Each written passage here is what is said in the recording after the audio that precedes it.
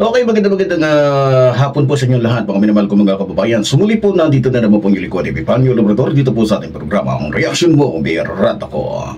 At syempre, bago ang lahat, mga minamahal ko mga kababayan, binabati muna po natin ating mahal Pangulong Ferdinand Marcos Jr., maging ating minamahal na First Lady Liza Araneta Marcos. At syempre, hindi rin natin pwedeng kalimutan ang ating mga kababayan Luzon, Visayas, Mindanao, na lagi po natin nakakasama sa bawat araw po na tayo po mayroong mahalagang pinag-uusapan dito po sa ating programa, reaksyon mo, Birada ko. At syempre, maging ang ating mga kababayan sa abroad na lagi pa natin nakakasama at lagi po sumusubaybay dito po sa ating programang reaksyon mo, Birada ko. At syempre, may mga special po tayo na tao na dapat natin pasalamatan.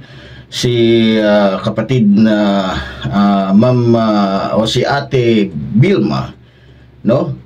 Maging si ate o si ma'am Emily Rosie Castro, no? So, Di Castro, sorry. So, magandang hapon po sa inyo at maraming salamat po sa inyo pong naiaambag dito po sa ating programa. Okay, sa mga kababayan po natin na nagbibigay po, nagpapadala ng Gcash, baka pwede naman po na i-message nyo po ako kapag kayo po ay nagpapadala.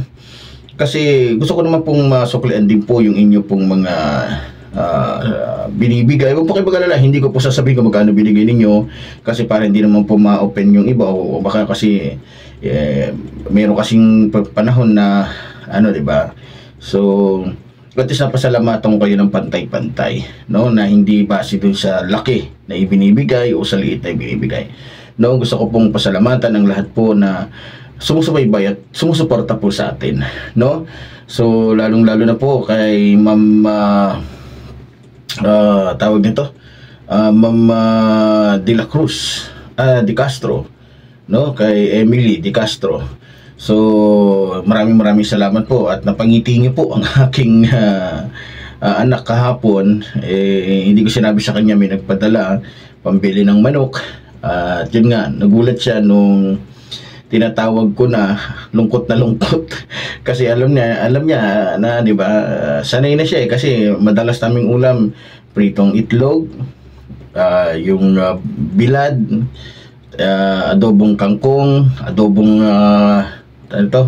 talbos ng kamote. So bihira lang magkaroon ng ulam na baboy, tsaka mga layo nga kami sa Kabayasnan. So ganoon pa man, maraming salamat po sa Diyos, tulad po ni sinabi ni Ate Emily, nasa Diyos ang lahat ng papuri at pasasalamat. Okay, nabako na po tayo mga minamahal ko mga kababayan sa ating pag-uusapan ngayon. Dito patungkol po sa naging reaction po ni Ombudsman Remulla. Alam nyo kasi mga minamahal ko mga kababayan, ito po kasing isang reliyon na umaasta ang akala mo sila ang hari sa bansang ito. Abay, gusto po nilang kontrahin ang gobyerno maging ang batas, no? Gusto nilang kontrahin yung gustong gawin ng ombudsman na papanagutin yung mga magnanakaw, yung mga mandarambong na tao, yung mga manluloko na tao gamit yung kanilang mga kapangyarihan, katulad po ni Jinggoy Escudero. Katulad po ni Jinggoy Escudero, talagang veterano pagdating sa pagnanakaw. At lalong-lalo na itong si Joel is Lord, 'di ba? At iba pa.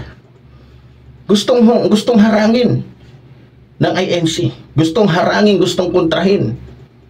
'Di ba? Ngayon, na-visit na po si Ombudsman Remulla, nagpahayag na po ang ating butihin at talagang napakatapang po na ombudsman. At ang sabi niya, kahit pa 10 milyon kayong mag-rally dyan, wala akong pakialam. Itutuloy ko at gagawin ko kung anong mandato ko. Gagawin ko kung anong nararapat para mabigyan ng katarungan o mapaghiganti yung mga Pilipinong niloloko, ninanakawan ng mga politikong sakim sa pera at kapangyarihan. So, tingnan nyo dahil kaalyado ng iglesyang ito o ng kultong ito, itong mga magnanakaw na ito na napagkakaperahan din nila, na nakukuha na nila ng pera tuwing eleksyon, kinakampihan nila. Ayaw nilang makulong. Lalong-lalo na to si Marcoleta, na isa din sa pananagutin ng ombudsman. Dahil meron dito mga katiwalian. Gustong kontrahin, gusto pang takutin si Remulla. Itatakutin nyo, dati nang takot yan. Diba? Nakikita nyo, mga minamahal ko mga kababayan. Dahil hawak ni Remulla ang kapangyarihan para ikulong, etong mga magnanakaw na ito, tinitira ni Remulla, ni Marcoleta. Nakita nyo naman itong mga nakarang araw lamang, itong unang vlog natin, di ba?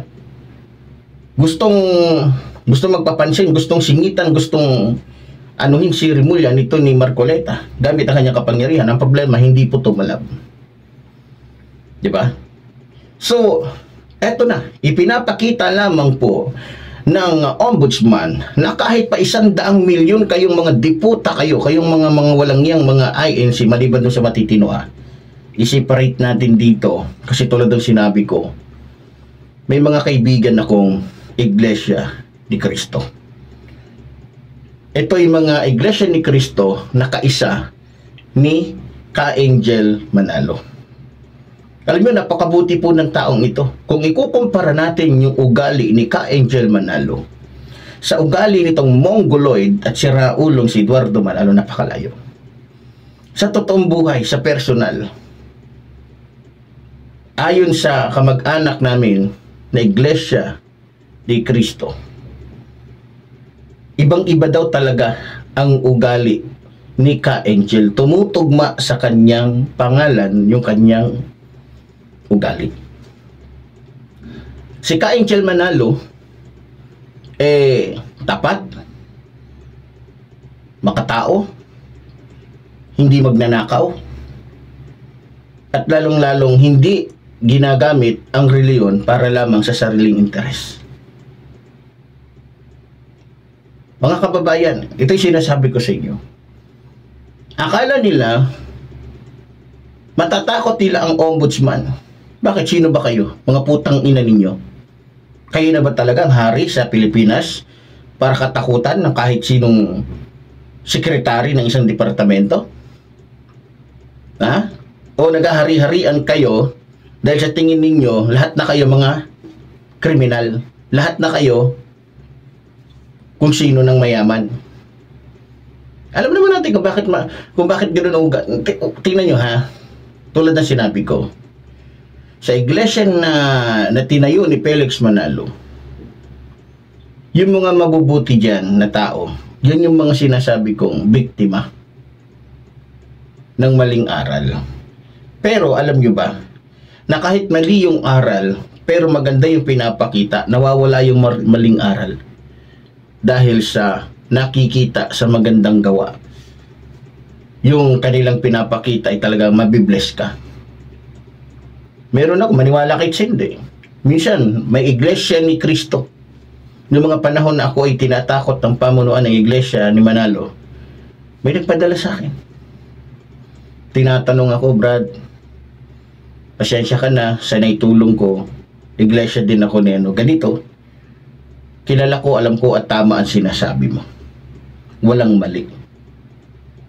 Mga membro na yun Mga membro na yun. Alam nyo kung pera-pera lang ang usapan sa programang ito. Hindi si Ka-Angel na kakampihan ko Anong magagawa ni Ka-Angel? Nasa kaulungan na siya Ano nang bibigay niya sa akin na tulong? Wala. Kung pera-pera lang, hindi si Eduardo Manalo na lang ang paglalaban ko. Sigurado makakatanggap ako. Balita ko, basta makakampi sa kanila. Diba? So, ito na.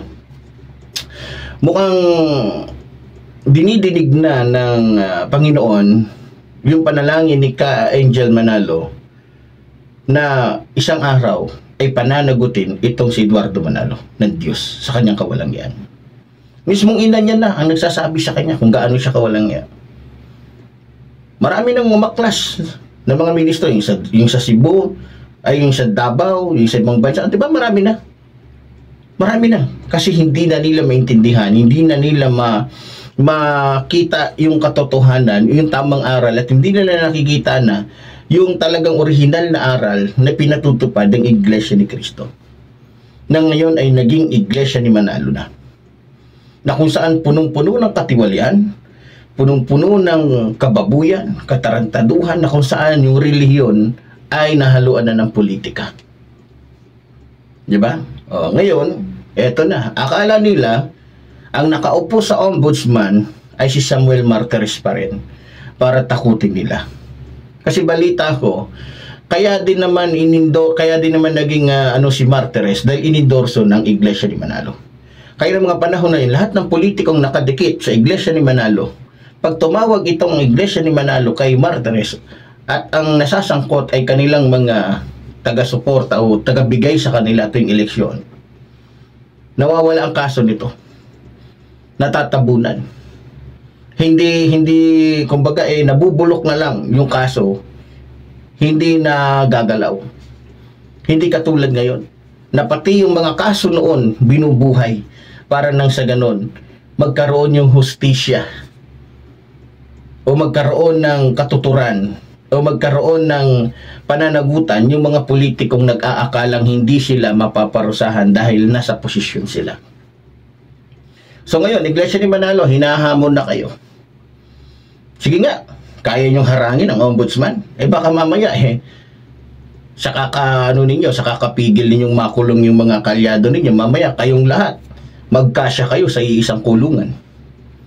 O sa isang napakaliit na kulungan, baka magkasya kayo, puro INC lang yun nandiyan dyan. Sige, gumalaw kayo.